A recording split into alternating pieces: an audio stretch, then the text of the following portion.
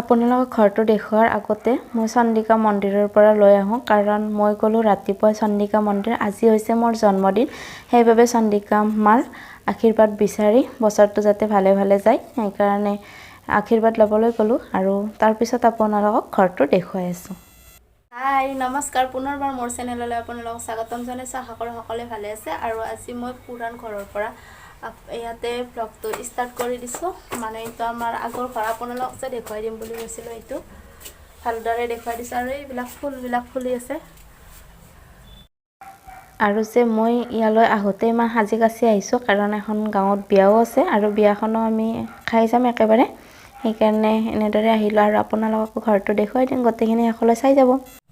এইকেইটা পোৱালীকেইটা হৈছে চলাইছোঁ আৰু ৰাস্তাৰ পৰা আপোনালোকক আমাৰ ঘৰটো দেখুৱাই দিম। ৰাস্তাৰ পৰা মানে গাঁওখনো অলপমান দেখুৱাই দিম আপোনালোকক। এইখন হৈছে মোৰ মৰমৰ গাঁওখন, য'ত সৰুৰ পৰা মই ইয়াতে ডাঙৰ হৈছোঁ আৰু আমি ইয়াৰ পৰা উঠি গৈছিলোঁ 2019 মাৰ্চ মাহত গৈছিলোঁ আৰু ইয়াতে আপোনালোকক দেখুৱাই দিম। এইখন হৈছে বৰদেউতাহঁতৰ ঘৰ ইয়াতে এইটো, আৰু বৰদেউতাহঁত আছে এতিয়াও ইয়াতে।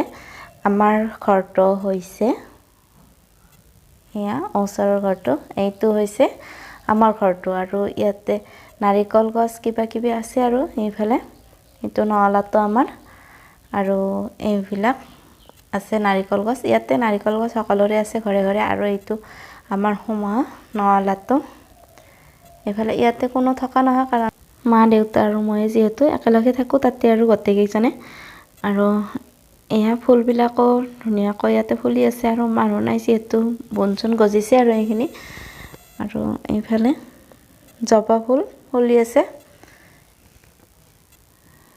বহুত ভাল লাগিছে আজি আহি কাৰণ বহুত স্মৃতি জড়িত হৈ আছে এইখন ঘৰতে। আৰু এইবিলাক চাওক কি ধুনীয়াকৈ ফুলবিলাক ফুলি আছে, আমি নাই যদিও।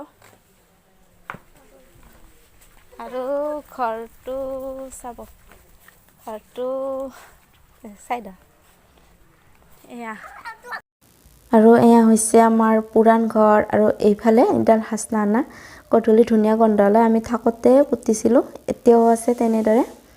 আৰু এইফালে জবা ফুলবিলাকো ফুলি আছে আৰু ঘৰটোত তালা মাৰাই আছে। আজি আৰু তালা নুখুলোঁ, বিয়াও খাব যাম যিহেতু। আৰু এইফালে বৰদেউতাহঁতৰ গোটেইবিলাক একেলগে এনেকৈ আছিলোঁ আৰু ঘৰবিলাকৰ ৰংবিলাকো একে একে আছে। আৰু পিছফালে অলপ দেখুৱাই দিম। এয়া এই অৱস্থা হৈছে পিছফালে, মানুহ নহ'লে না এনেকুৱাই, এই একদম শেষলৈ আছে মাটি। এইটো আছিল আগতে ভঁৰাল ঘৰ, এইবিলাক এনেকুৱা হৈছে। আৰু এইজনী হৈছে মাহীৰ ছোৱালী, মাহী তাইৰো গৈছে। আহিবৰ ইচ্ছা যাই আছিলে সেইকাৰণে আজিয়ে লৈ আহিলোঁ তাইকো। আগতে আহিছিলে সেইকাৰণে মনত পৰি থাকে। ইমান দিনৰ মূৰত আহিছে, কেনেকুৱা অনুভৱ তোমাৰ? বহুত ভাল লাগিছে, 3 বছৰৰ মূৰত আহিছোঁ, বহুত ভাল লাগিছে। আৰু আজি মোৰ ভাল লাগিছে বিশেষকৈ, আজি হৈছে মোৰ জন্মদিন সেইকাৰণে মানে সৰুৰ পৰা ইয়াতে মানে বেছি দিন হোৱা নাই আৰু যাবৰ, আৰু সৰুৰ পৰা ইয়াতে ডাঙৰ হৈছোঁ সেইকাৰণে মোৰ বহুত ভাল লাগিছে আজি আহি। যোনখন ঘৰত আছিলোঁ সেইখন ঘৰলৈ আহি বহুত ভাল লাগিছে, সেইকাৰণে ভাবিলোঁ আজি আপোনালোককো দেখুৱাই দিম আৰু কি কিনো হয় সেইটো আপোনালোকক দেখুৱাই যাম, চাই থাকিব সকলোৱে। আৰু আজি তালা খুলি নাথাকোঁ আৰু ইয়াতে ইয়াতো কাটিম, তালা মাৰাই আছে। আৰু এইটো ঘৰটো যেনেকুৱাই নহওক কিন্তু ইয়াৰে স্মৃতিবোৰ পাহৰিব নোৱাৰি, বহুত মনত পৰি থাকে। 3 বছৰ হ'ল যদিও ইয়ালৈ বৰকৈ মনত পৰি থাকে এতিয়াও। আৰু এয়া হৈছে আমাৰ গাঁৱৰ মন্দিৰ হয়, চেমৰাই মন্দিৰ। আৰু এইখন হৈছে মোৰ মৰমৰ গাঁওখন আৰু এয়া হৈছে মই পঢ়া স্কুলখন, LP স্কুল। আৰু মই চেনেলৰ নামটো দিছোঁ সেইকাৰণে গাঁৱলীয়া ছোৱালী দুলুমণি বুলি। আৰু মই এটা ঘৰতে কেক বনাই আনিছিলোঁ ইহঁতৰ কাৰণে, বাবুহঁতৰ কাৰণে। এনেদৰে ইয়াতে বাৰ্থডেটো এনেদৰে চেলিব্ৰেট কৰিলোঁ ইয়াতে গাঁৱতে, মোৰ জন্মৰ ঠাইখনত।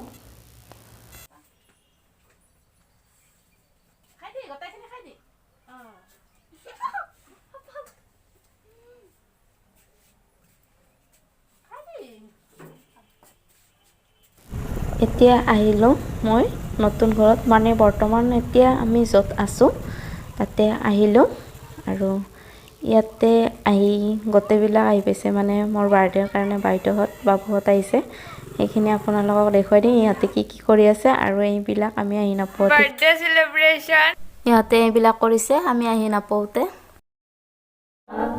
কেকটো কাটাৰ আগতে ভগৱানৰ পৰা আশীৰ্বাদ ল'লোঁ আৰু এয়া হৈছে ভাগিন সিহঁতক ফাৰ্ষ্ট খুৱাই দিলোঁ দুজনকে